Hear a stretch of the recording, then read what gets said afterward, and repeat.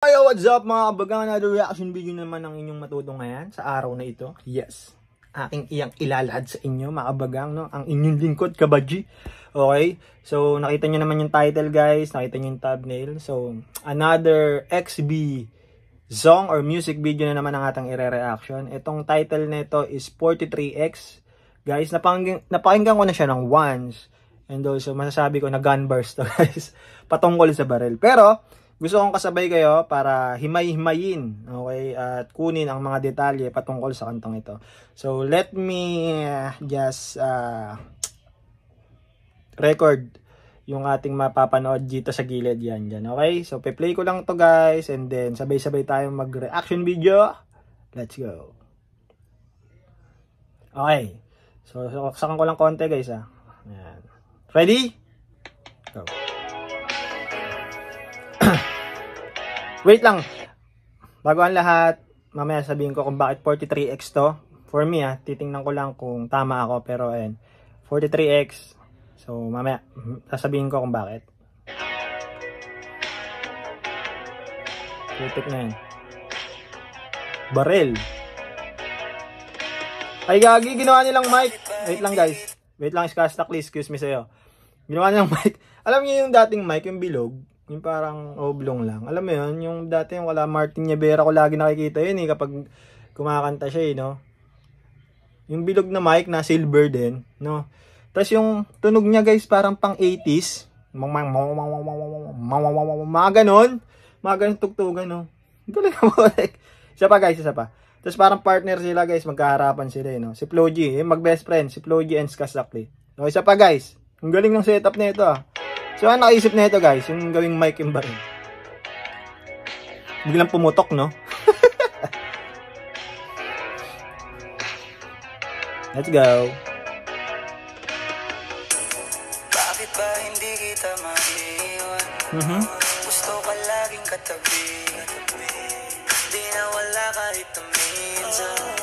Siguro di naman mali. Di tayo mapagniwalay. Doon ako sanay. Lagi kitang abot kamay. Yamoy nang i-flex. Ang gusto ko lang you and I. Ang nakakaalam kung saan na nakalagay. Pwede sa bewang, pwede sa hita. Kahit saan, basta walang makakakita. At nag-ipitan, matadali na makapal. Pag nakaipid, dapat di mahalata. Kahit malayo o malapitan, ikaw ang unang lalapitan. Ikaw ang unang kakapitan. Alam kong hindi ka mangiiwan. Ganda guys. Para siya konektado siya sa baril guys, okay? Kasi kung babanggitin nila yung mga lyrics guys, parang hindi kita kayang maiwan, gusto kitang katabi, mapa sa hitaman, sa bewang. Patungkol siya sa baril guys, pero parang pwede pwede siya sa ano no, magkarelasyon guys. Ang putik double meaning no, lupit guys. Alam niyo yun guys, yung feeling na gun bar siya na love song. Lala, kaninong concept kaya to no? Gagyan, ang lawak ng utak nito mga to. Alam mo yun, di ba? Patungkol naman talaga siya sa baril. Kasi, sabi, yung position agad no? Nasa bewang, nasa hita. Kasi di ba sa mga, mostly, yung nakikitaan ko nung nasa hita ang baril, yung mga ano yung mga babae, talagang sa hita. Kasi, syempre, di ba?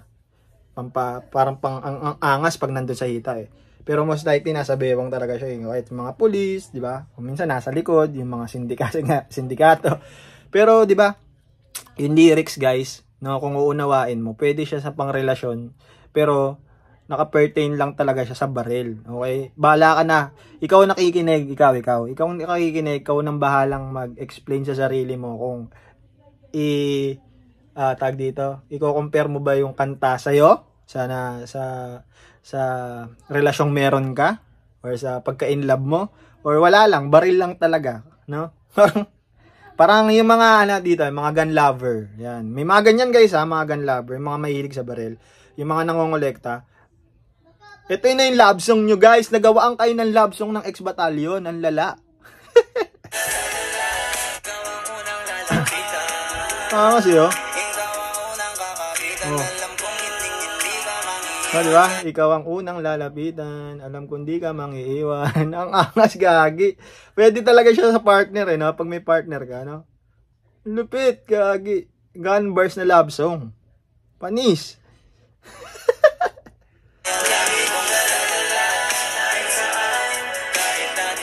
At yung chorus.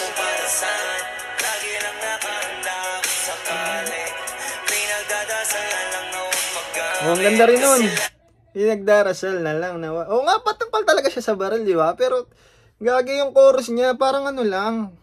Chill lang. Hindi siya yung literal na gun bars na taratata, papatayin kita gamit ang mga bala na di ba? Yung mga ganun. Yung basta, di ba? Kilala niyo si Price Tag, di ba? Sa flip top. Pag nag-gun bars yan talagang kala mo papatay. Pero dito, guys, kumbaga sinasabi nila na yung baril, masarap kasama. Yung baril, magagamit mo siya in case of emergency. Yung baril, magagamit mo siya pang protection. Pero, sinasabi rin dito, guys, ina-advise din ng XB na sana wag na lang magamit. Okay? Which is, di ba? More probably, ano siya no? Parang, tag dito, pinopromote pa nila yung, safety. Or, kumbaga, yung tamang pag-handle ng baril. Di ba, kagi? Kaya yung concept do, no?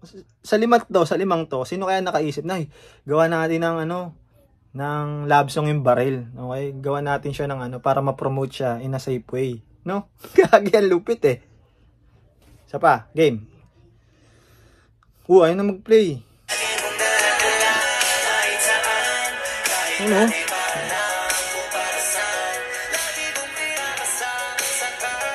Ayun, kinakasa. Aha. Laging pupusuan. Iba din naman pag iyong napusuan na. Maging kampante ay sa iyo ko natutunan. Yung kampante. Atid mong ingay katahimikan sa ibang banda. Atid mong kaingay ay katahimikan sa ibang. Alam mo yan, bibigyan ko ng sarili kong pakahulugan yan. Yung ingay mo magiging katahimikan ng iba. Kasi pag yung baril nag-ingay na, guys, it's either matatahimik lahat kasi syempre matatakot, or pwedeng tahimik kasi di ba? So ganun lang yung aking pakahulugan doon. Di ko alam, guys, kung tama, pero ayun lang sa akin. Okay? Baka meron kayo, comment down below. Na natin yung tipong di pwede nang maghiwalay. Kahit pagkain hanggang sa pagtulog na pili ka ng kasabay. Kung malayo di mapalagay, di sa maabot ka na palagay. Kailangan ba lagi ka lamang malapit yung tipong handa sumabay. Ayaw ibandera kahit di illegal. Ko'y kalmado na ikaw ang naibigan. Kay matalik bukod pa sa kaibigan. Lisensyado hanggang sa papel na ikaw ang naibigan. Ay gagi, double meaning din, no? Kahit sa papel daw, lisensyado. Basta sa papel, no? Parang kunyari sa kasal, di ba? Ikaw ang naibigan, no? Gagi, pwede rin talaga yun, no? Ang lupit ng XB, guys. Kanino kayang idea to? Napakataba ng utak kasi, di ba? Mas matalik pa sa kaibigan. Tama nga naman kasi nandyan lang sa tabi mo, tapos poprotektahan ka talaga. Sin, talagang protection talaga ang pwedeng mangyari sa'yo. Kumbaga kahit solo, no? Kahit solo lakad ka lang, or kahit nagsosolo ka lang, no? Tapos, yun lang dala mo, guys. Talagang, minsan talagang di ka makakanti basta, di ba? Lalo na kung mga kaaway mo, suntok lang ang bala, or suntok lang ang dala. Tapos sabi pa, lisensyado, gagi rin si MC rin, no? Lisensyado sa papel, no? Siyempre, pag may lisensya ka, legal siya. Ibig sabihin, kapag legal siya, so, madali mo siya mabibit-bit. And also, di ba, sa ibang kaso naman, sa totoong mag-asawa, kapag lisensyado, legal. Okay, so kahit mo siya, kumbaga pag legal ka, pwede kahit anong mangyari. And also, obligasyon or may responsibilidad ka dun sa dala mo, no? And also, magamit mo siya ng wala kang kakatakutan kasi nga lisensyado siya. Kahit makita yan ng pulis or ano, hindi katulad, di ba, pag kunyari sa totoong mag-asawa, pagkabit ka, yari ka, tulpo ka. Okay? So, nakonekta niya doon sa lisensyadong baril, tsaka, alam mo yun. Sa akin lang to, guys, sa lisensyadong mag-asawa, parang gano'n, na legal. Mas okay yung legal, okay? Galing, gagi.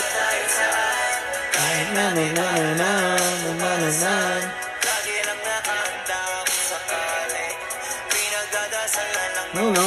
Galing eh. January.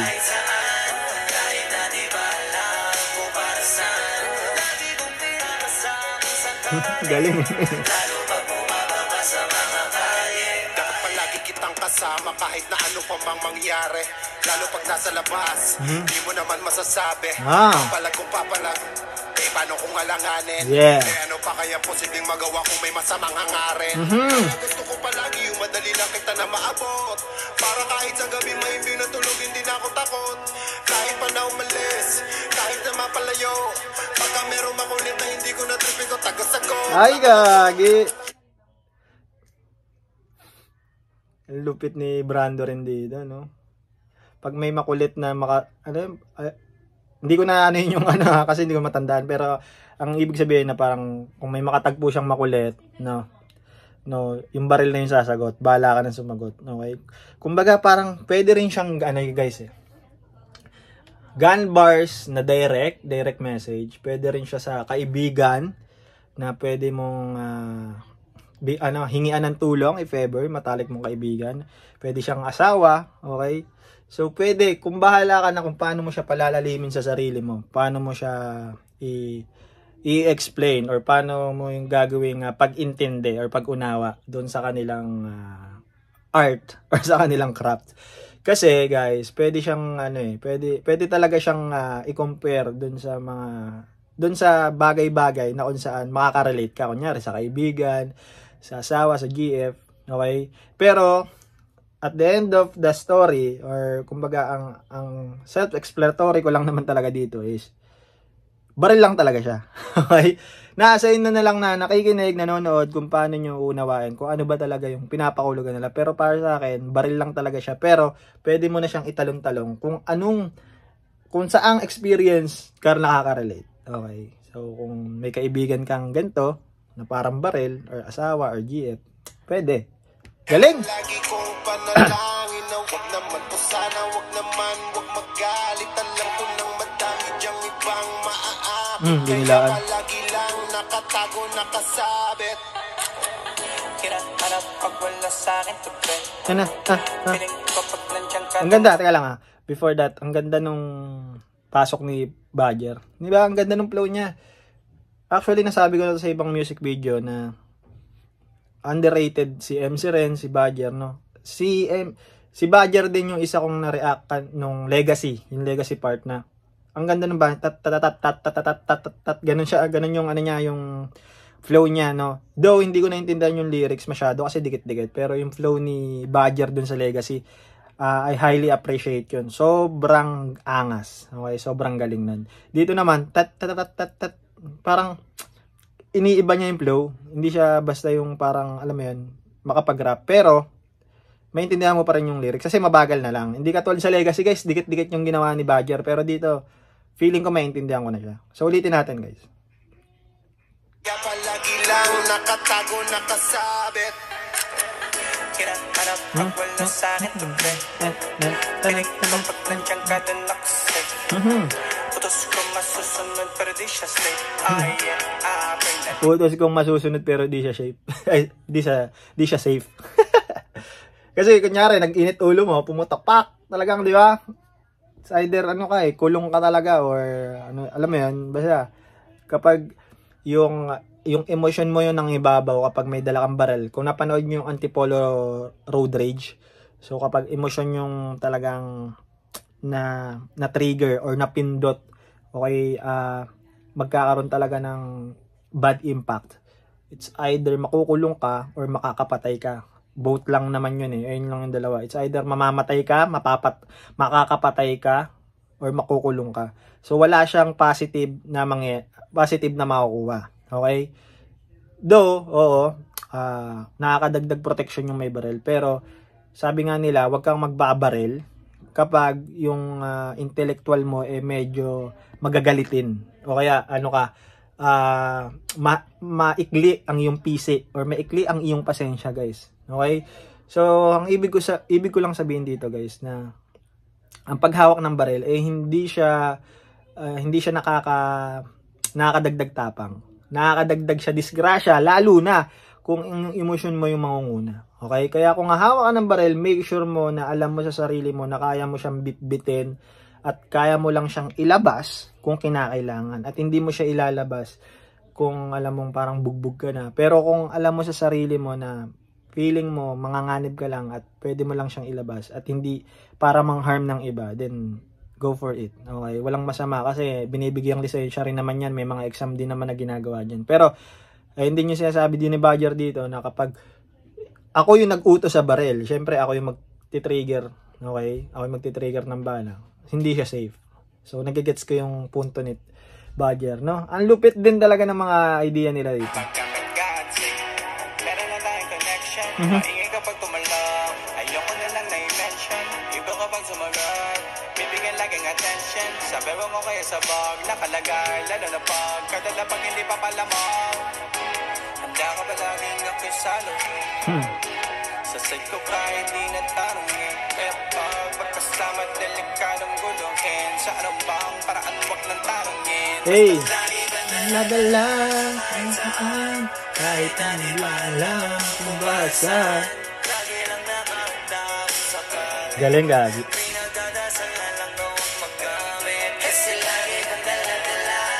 Chill lang sila, no?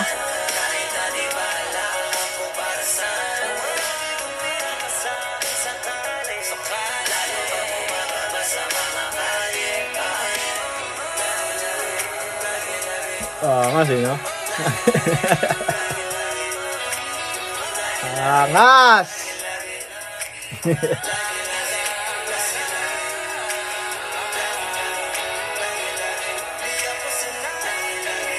Ay!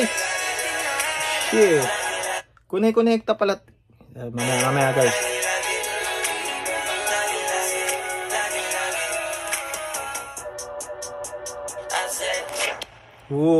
Parang ano yan parang trailer ng ibang music video.